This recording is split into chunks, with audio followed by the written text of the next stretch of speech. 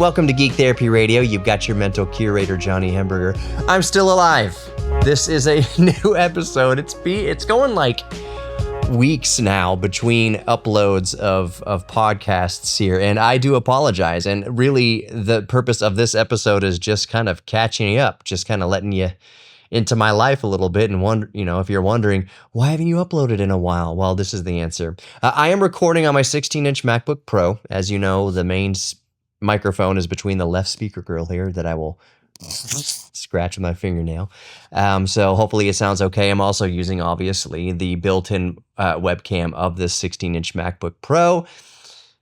I think it's doing some sort of filter to my face. I can't quite tell. I don't like it. I don't know how to disable it. I'm certainly not adding any sort of filters in OBS, but there you go. So what's been happening? The past couple weeks have been a doozy, and I think one of the main reasons that I haven't uploaded is it seems like every time I intend to record an episode of Geek Therapy Radio, something always comes up. And that's why recently I've been kind of questioning, halfway joking, should I change the name of Geek Therapy Radio to like Dad Therapy Radio or something like that? Because I love my kids.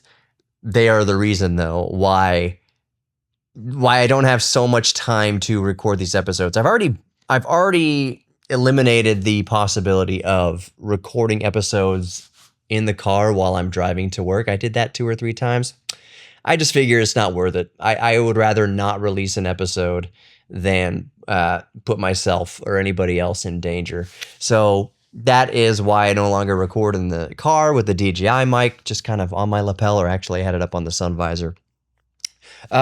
A couple weeks ago, I got an awful stomach bug. There is a stomach bug going around Houston.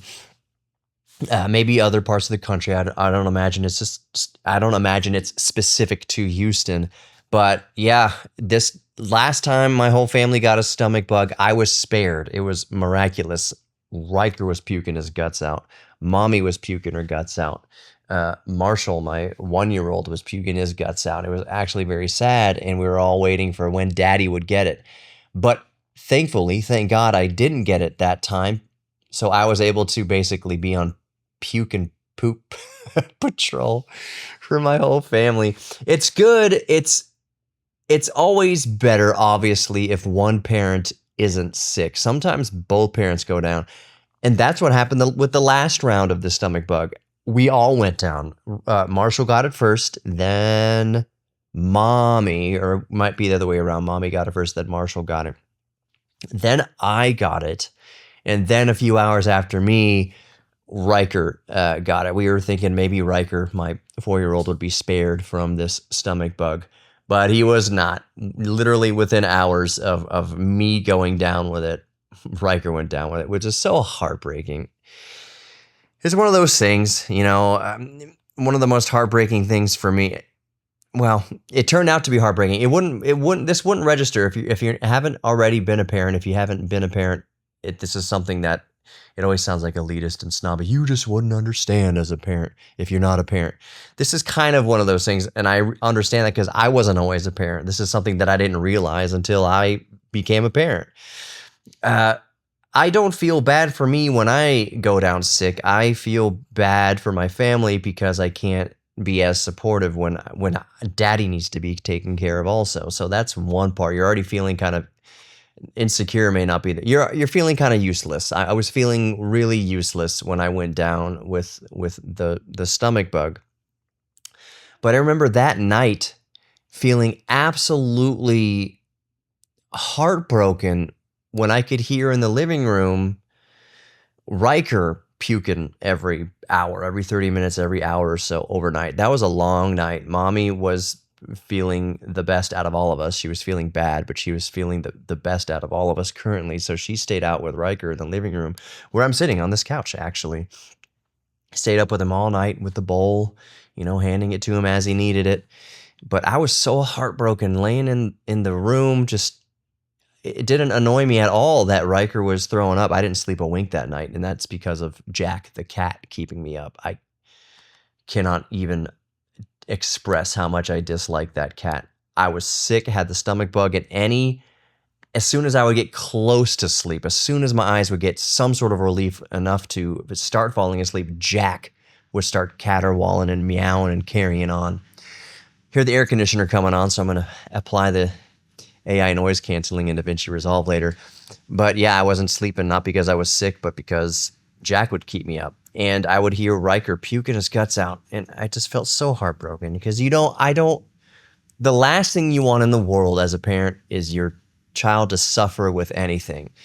Riker was an absolute trooper. He had had a stomach bug before. He knew the drill. He knows the drill as far as making it to the bowl, keeping a bowl nearby, and all the other parts of a stomach bug. He knows the deal now, but it's still, and he's so tough about it, and he's so sweet about it. It just it made my heart break every time I heard him throwing up in the living room because I couldn't just wash it away. Not realistic. Well, yeah, figuratively and actually, I couldn't wash away the stomach bug.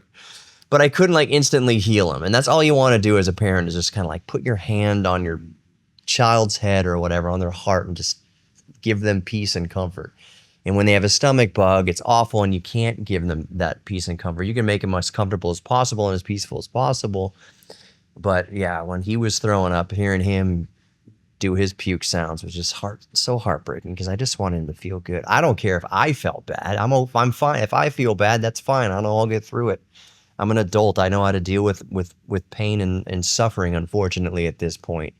I feel like I can weather it better than a child. I can weather it better than my children. And then especially when my children weather it so well. When Riker is just going through it like a trooper and he's not doing so much complaining. He's just going through it. That's extra heartbreaking. Oh, you're being so tough. I don't want you to have to feel like you have to be so tough. I want to protect you. That's my role as a dad. My role as a father is protection, and I cannot protect you from this stomach bug. So extra heartbreaking. Just letting you know, I'm just giving you a glimpse into my psychology. That's what I do. It seems like even most recently here on Geek Therapy Radio, is just give you a glimpse into my geek psychology. Marshall, let me tell you about him just for a second. I want to get into Linux for a moment. Just tell you where I'm dabbling with Linux. Am I becoming one of those Linux bros? We'll see. But Marshall, this is going to be kind of gross. So if you don't want to, I won't keep it extremely gross, but I'll try not to be as graphic as I could be. But let's explain. Parents understand this completely. So I had put Riker to bed the night before, and I left his room around 9:30 or so, is when I usually do. And I smelled a little whiff of what I thought was rotten milk, and part of it was rotten milk coming out of or near Marshall's door. And I just thought, okay, maybe some milk spilled somewhere, a drop of milk, somewhere. My office is up there, the Geek Cave. You can watch other videos on my YouTube channel. You'll see exactly where I sit. So I just thought maybe I had some old milk somewhere. Maybe I spilled some old milk. Maybe Riker spilled a little bit of milk somewhere behind something. This was 9:30 at night. I just figured it's just a little bit of milk. I'll find it in the morning and I'll clean it up and deal with it. 9:30 p.m. We come out of our room the next morning, let's say 8 a.m., and that smell is very strong. We go upstairs and it's even stronger. And still I'm thinking, okay, whatever spilled milk from 9:30 last night that I first noticed is really rotten. Still not a big deal. I'll find it. I'll clean it up. We open the door to Marshall's room and the smell just overpowering. Whoa. I was like, that's not rotten milk. That's throw up, which for a baby includes a lot of milk. Marshall, and this is another thing of parenting that you don't know until you are a parent. I didn't know until I became a parent. That was so devastatingly heartbreaking. Went in the room, Marshall, hops up on the side of his crib like he normally does, but he is covered head to toe in puke. So what that means is that he puked at 9:30 p.m. the night before, and it wasn't showing up on our baby cameras. We have those baby monitors, black and white, whatever. It didn't show up. We could not see it. His entire bed was covered in throw up. He was covered in throw up, which meant he slept the whole night in his own throw up, and he didn't cry about it. he's 1 year old. He's such a sweet baby that he didn't cry about it. I can hear Jack already crying about something in the other room. Hopefully AI noise canceling handles that. Can't have nice things because of Jack. But anyways, so Marshall slept the whole night in his puke. He probably puked a few times. That's dangerous also. He could have choked on his own vomit. That part of it was scary. Most of it was that it was just truly heartbreaking that I told him, I was like, dude, he doesn't understand this. He's 1 year old. Like, little baby boy, you can cry. Why didn't you cry? Why didn't you make a peep last night? If you would have cried, I would have come in there and cleaned you up and helped. I would have slept in there with you, dude. I would have been there with you all night long knowing that you were sick. But he's such a sweet and a good sleeper, which is wonderful, obviously, in that he's such a, sorry, I'm getting verklempt. I had a hiccup. He's such a sweet baby and he's such an easy sleeper that I'm finger crossing. If you're not watching this video, you can't see that my fingers are crossing right now. He is currently just such an awesome sleeper. He doesn't need much. You just set him down in his crib, give him a couple little rubs on his back, tell him night night, a couple kisses, close the door, done. With Riker, I still need to stay in there for a while. Part of it is need, part of it is just want. I want to be with Riker when I put him to sleep, and I'm going to want to be with Marshall when he gets a little older. Tell him bedtime stories. Jack, just come over here. You don't need to sit there and caterwaul and complain. I'm right here. Just come see. I'm going to hold up the camera. Look at him over there. What a dope. Hey, Jack, say hi. Say something. Oh, you're not going to say anything when the camera's on you? Anyways, Marshall's such a good sleeper.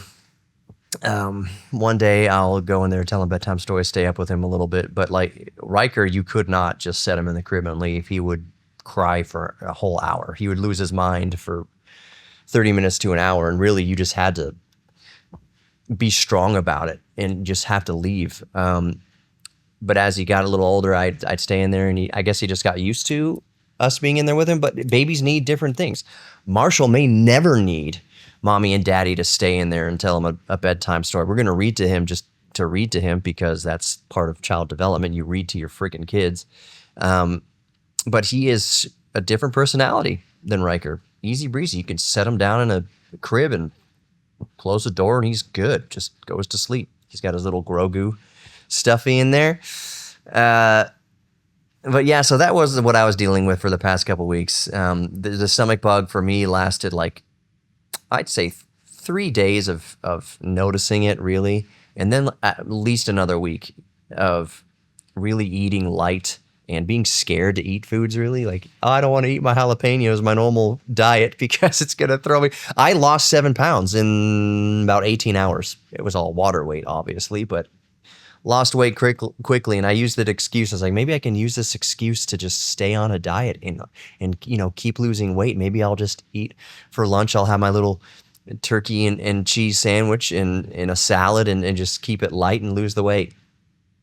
That didn't last long. I'm back on my BS.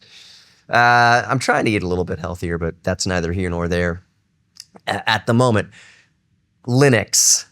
I'll try to put a stamp here. I can't see. How long have I been recording here? 13 minutes. I'll look for about the 13-minute mark-ish as I want to edit this in DaVinci. Linux. I have been debating making a Linux PC. Installing Linux on maybe an old PC that I have, or maybe even a new one. Make an actual dedicated kind of Linux workstation for DaVinci Resolve specifically, and have Steam on there and everything. So the version of Linux that DaVinci Resolve Blackmagic Design officially supports is Rocky Linux. So I may install Rocky Linux on my old computer-wise. I have a 3900X small form factor machine that I have. The 3900X is a 12-core, 24-thread processor from when it was 2018, 2020, something like that.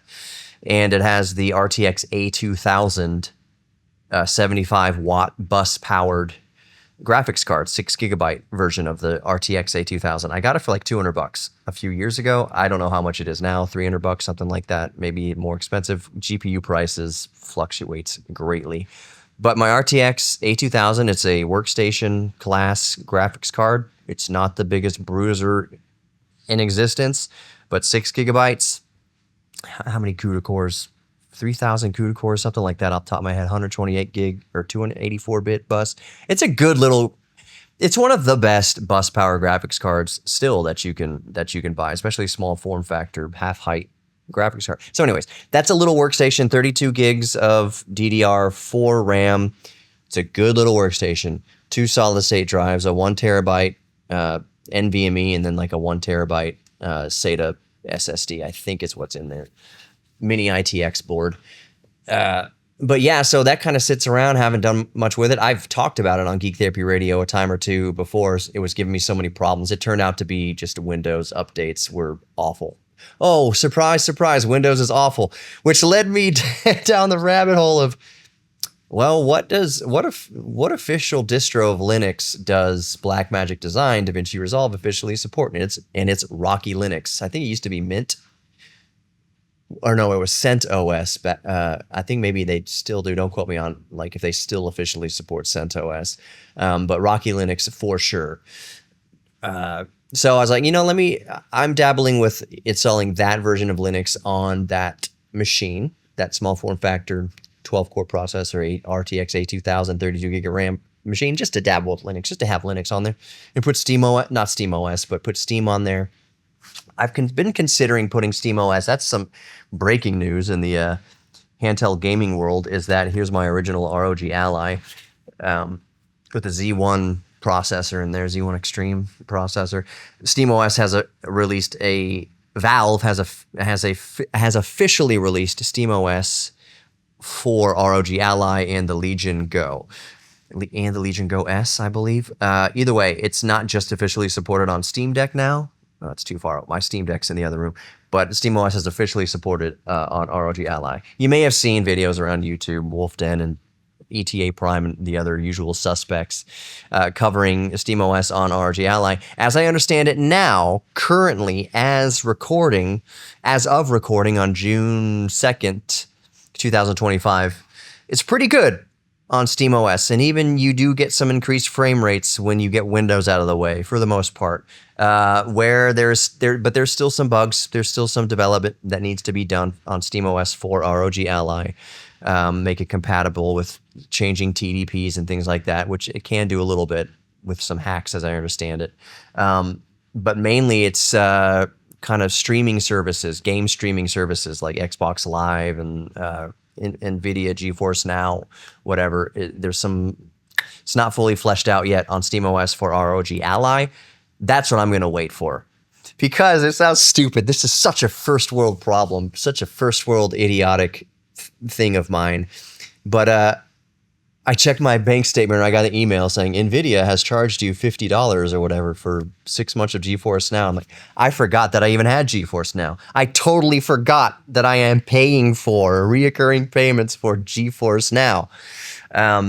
So on SteamOS on ROG Ally, apparently it's not working quite yet, or it's not available, or there's something. The point is, whether or not how accurate I am here telling you about different services that are supported or not supported on SteamOS for ROG Ally, there are some services and functions that are currently not supported on SteamOS for ROG Ally. So I'm kind of waiting a little bit longer for that to get fleshed out, and then I would have no problem putting SteamOS. I'm actually looking forward to putting SteamOS on my ROG Ally.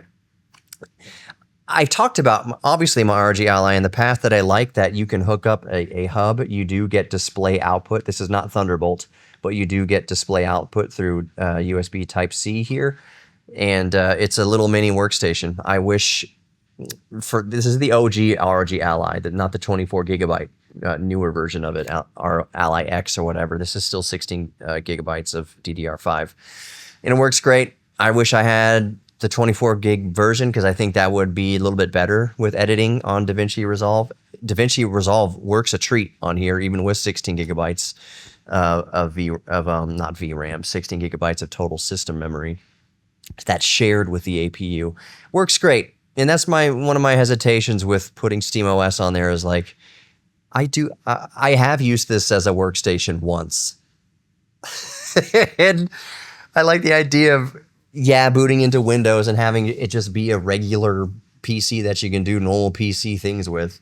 But at the same time, I'm like, remember what I just said? I used that function like once or twice did I use it to do any actual work. 99% of the time, I'm just playing PGA Tour 2K1 2021 or whatever, playing Doom or playing some Steam game on it. So 99% of the time, I'm just gaming on it. So might as well put SteamOS on there once a few of the more of the bugs are worked out, which they will be very soon. I have not installed Rocky Linux on that small form factor workstation yet. I have tried. Let me pick it up here. Let me go get it. Walk through my living room. Hope you don't see anything too telling of my residence here. But this is the GPD Pocket. GPD Pocket 1, the very first GPD Pocket. Windows, it's 8 gigabytes, and I think it's 128 gigabytes of RAM. 128 gigs of storage and 8 gigabytes of RAM, which in an Atom processor, a quad-core Atom processor, Windows is useless with it. It is absolutely useless on this machine now. It is so underpowered. Windows has become so bloated that this is kind of a perfect use case scenario. This thing came out in like 2016 or 2017. Underpowered, 8 gigabytes of RAM, 128 gigabyte hard drive, solid state drive. I think it's eMMC. This is a perfect candidate for Linux. This is the type of device that you put Linux on. An underpowered machine, you put a distro of Linux on there that is stripped down. It doesn't need a whole bunch of resources, and it makes machines like this absolutely fly. The problem is I cannot find a distro of Linux that works on this. I can't even boot. I can boot off the portable drive. I can boot off the USB. I can even boot off of the Samsung SSD that I plug into either the Type-C or the USB. Works great. I can't get to the desktop. It just gets into like a boot loop. The kernel keeps it goes down, but then it restarts, refreshes, and I tell the BIOS just boot from the USB. One of the cool things about Linux is that usually, you can just run it straight off of portable storage. You don't have to install Linux to the built-in hard drive. You can run it straight off the USB. Usually. Not the case with this device. It is becoming a bugaboo that has me questioning, well, how much emotional and intellectual and physical investment am I willing to put into getting Linux working on this device? It's actually a lot. I'm just curious to get it working on this device. But it thus far doesn't let me. From what I've read a little bit is that the Atom processor, it's a 64-bit operating system, obviously. Architecture is 64-bit for Windows, which it has to be to see all 8 gigabytes of RAM in there. But the bootloader is 32-bit, apparently, which is odd, and that's what's kind of throwing a loop for Linux distros. I might try to just get a 32-bit Linux distro and put it on here and just lose half my RAM. I'm sure there's hacks around there. Linux is all about hacks and tweaking and customizing to your heart's content. But for now, at least 64-bit distros, everything I've tried does not work on here, and it probably boils down to that 32-bit bootloader.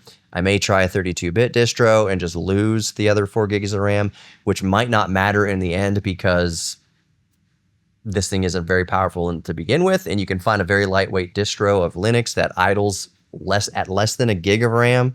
So I think I'll be fine on that front. Whenever I record the next episode of Geek Therapy Radio, I'll let you know how that's going.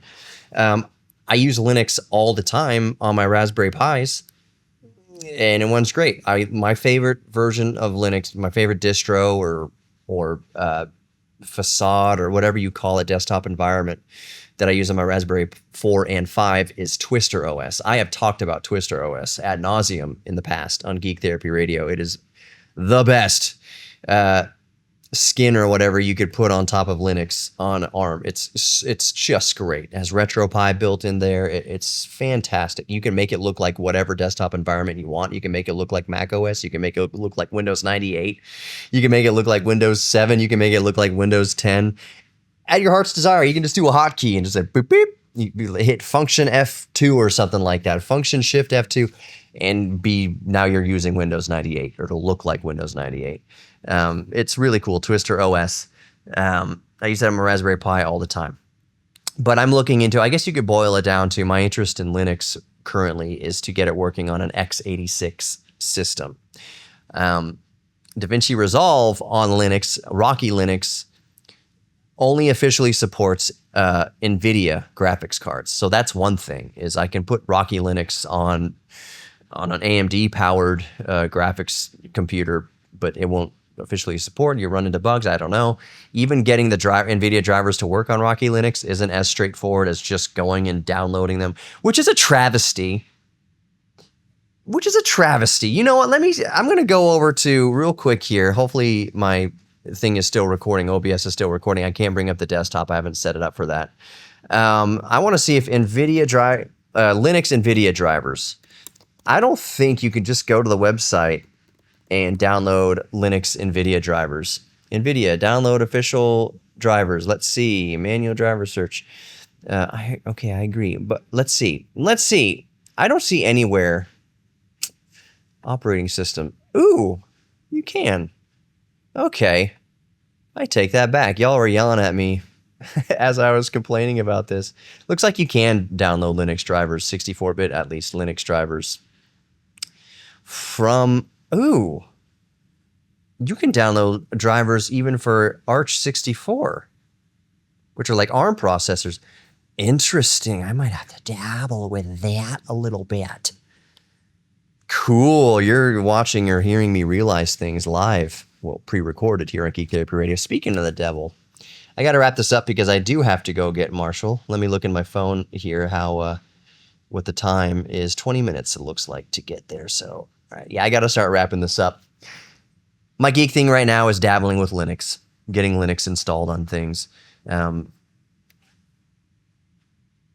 have dabbled with Rocky Linux running off a portable USB on my normal laptop. I've got my, I'm blanking out on it. It's my, G16. I'll show you it. It's my, no, not G16, G14, ROG, G14 from 2020 or 2021. It's got RTX 3060, 8-core, 16-thread, 5900 HS in there. I put that flash drive, actually I was running it off a portable solid state drive. I put that in that machine and it worked just fine running off the solid state drive. I could install Linux on there and it'd probably be just fine. Maybe I might do that. I might dual boot that SOB. Dual boot Linux, a Rocky Linux and Windows just to dabble with it. That'd be pretty cool. I'm looking around my screen to see if there's anything incriminating or dirty or ugly behind me here. You're in my living room right now. I'm gonna wrap it up there. I've rambled on for a few minutes here. Everyone's happy and healthy now in our house, healthy and happy. Nobody's currently puking. But yeah, it's getting to the start of summer here. It's June 6th or June 2nd as of recording. It's not officially summer yet. Getting very hot here in Houston, Texas. But that's all. Hope you enjoyed this edition of Geek Therapy Radio. You are worthy of love. You're worthy of giving love. You're worthy of receiving love. And you're worthy of your own self-respect. Thank you so much for listening. And I'll talk to you next time. Peace.